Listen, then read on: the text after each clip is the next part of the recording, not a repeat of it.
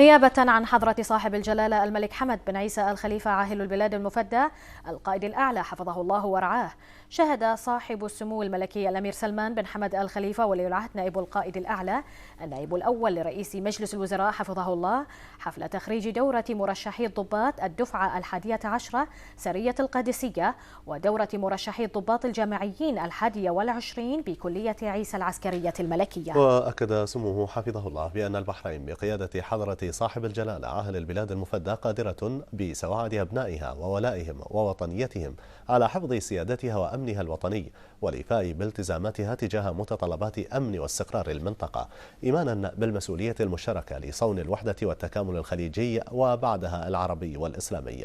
مشيدا بما وصلت إليه قوة دفاع البحرين من مستوى متميز في الأداء المتطور والجاهزية المشهود لها من الجميع، وما أسهمت به كلية عيسى العسكرية الملكية كصرح مهم للعلوم العسكرية من تطور انعكس على منتسبي قوة دفاع البحرين، مما أتى بدعم ومتابعة حثيثة من حضرة صاحب الجلالة الملك المفدى القائد الأعلى حفظه الله، ومواصلة للتحديث والتطوير المنشود بالسير نحو مدارج الرقي العسكري والتطور العلمي بخطى ثابتة ومدروسة. ولدى وصول صاحب السمو الملكي ولي العهد نائب القائد الأعلى النائب الأول لرئيس مجلس الوزراء حفظه الله إلى ميدان التخرج، يرافقه سمو الشيخ عيسى بن سلمان آل خليفة وسمو الشيخ محمد بن سلمان آل خليفة. نجلاء سموه كان في الاستقبال معالي المشير ركن الشيخ خليفة بن أحمد آل خليفة القائد العام لقوة دفاع البحرين، والفريق ركن سمو الشيخ محمد بن عيسى آل خليفة رئيس الحرس الوطني، وسعادة الفريق ركن يوسف بن أحمد الجلاهمة وزير شؤون الدفاع، وسعادة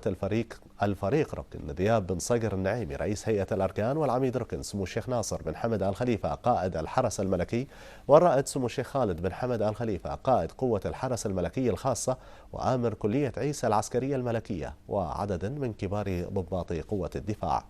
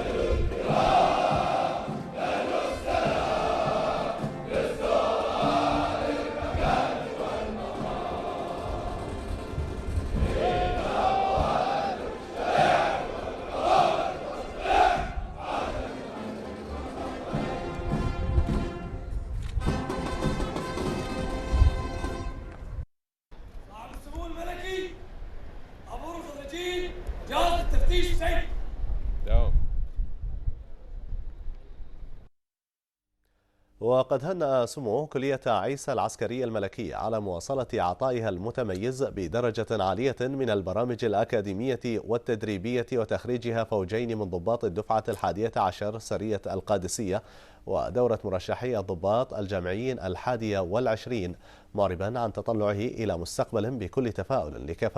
لكافة الصروح التعليمية للمملكة ومخرجاتها. كما توجه سموه بالتهاني والتبريكات للخريجين متمنيا لهم النجاح في عملهم المستقبلي وخدمة لأوطانهم، حاثا إياهم على بذل المزيد من الجهد الجاد في تحمل المسؤولية مع أخوانهم في السلاح من أجل الدفاع عن الوطن ومنجزاته وتوظيف ما اكتسبوه من خبرات ومهارات في تطويع كافة الظروف التي قد تواجههم خلال مسيرتهم العملية، مشيدا بجهود خريجي الكلية من الدول الشقيقة المشاركين في الدورة، شاكرا لهم جهودهم التي بذلوها. كما أعرب سموه عن الشكر والتقدير لآمر كلية عيسى العسكرية الملكية وللأساتذة والمدربين بالكلية وجميع منتسبي الكلية، متمنيا للجميع دوام التوفيق والنجاح وبذل المزيد من الجهد والعطاء والتطوير، كل في موقعه لما فيه خير وصالح مملكتنا العزيزة.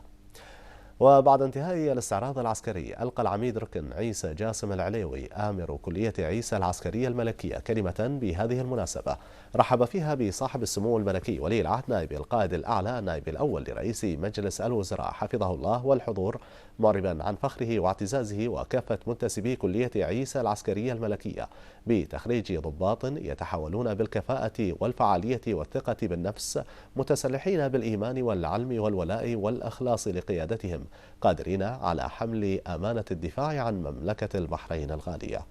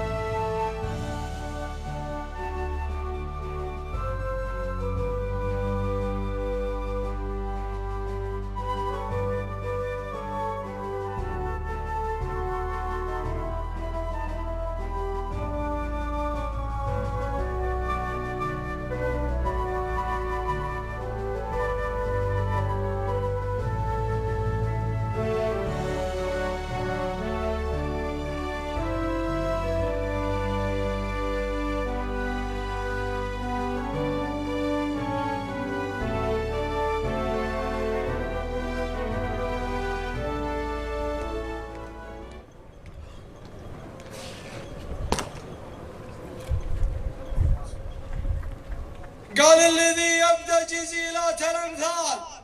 متعود النظم البيوت الجزيلة، شاعر ولي بصمه ووقفه ومدخال، أتعب على الجزلة وكب الهزيلة، باسمي وباسم القادة وباسم الأشبال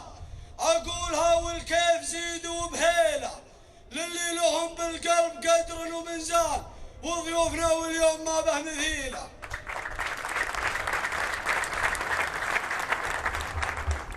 بالمملكة اللي لنا في وظلال ديرة حمد رع اليمين الطويلة، بالمملكة اللي لنا في وظلال ديرة حمد رع اليمين الطويلة، هو الملك اللي لي وقف وقال أصعب صعيبات الزمن تنحني له، دون الوطن والشعب ما يدخل المال، دون الوطن والشعب ما يدخل المال، هم أكبر همومه صبحه وليلة، دار حباها الله بالشيوخ والطال، أخوان نجلة متعبين الأصيلة.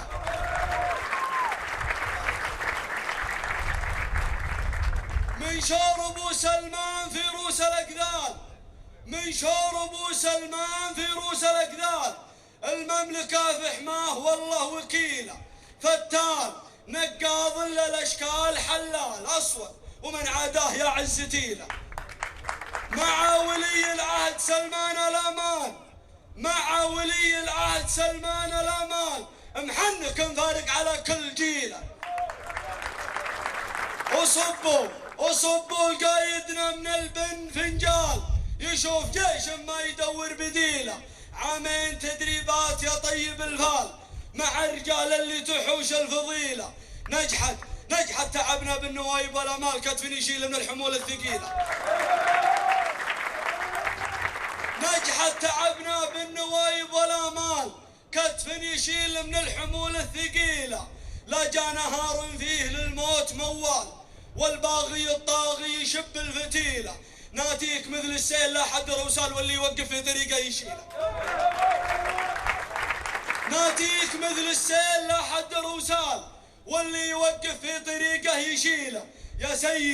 يا سيدي نرهن لك المال والحال، والنجمة اللي ما تسرك في شيله، قبل ختم مني تحيات وجلال، شاعر كويتي والخليج انتمي له، انصاح صياح الضحى، والخطر جار روحي فدى البحرين وانا احتمي له.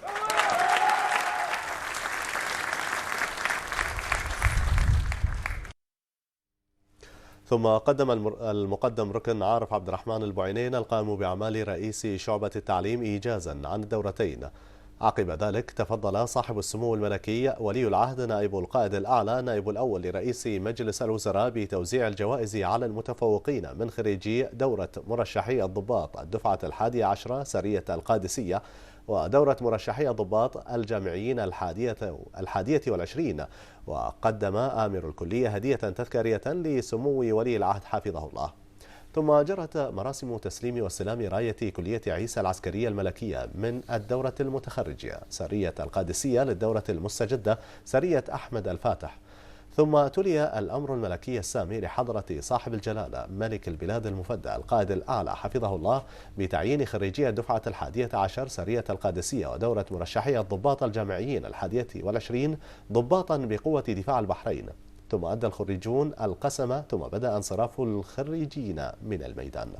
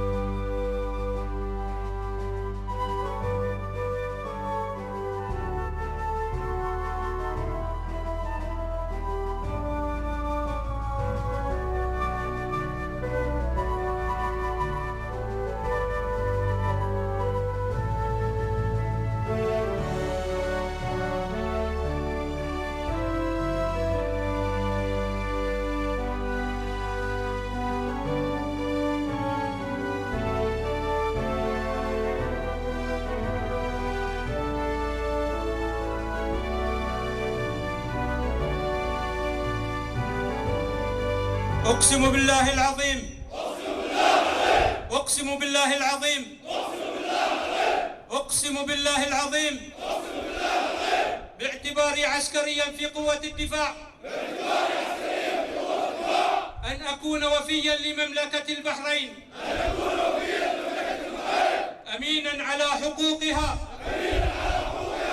مخلصا لمليكها القائد الأعلى الملك حمد بن عيسى آل خليفة مطيعا لجميع الأوامر الحقة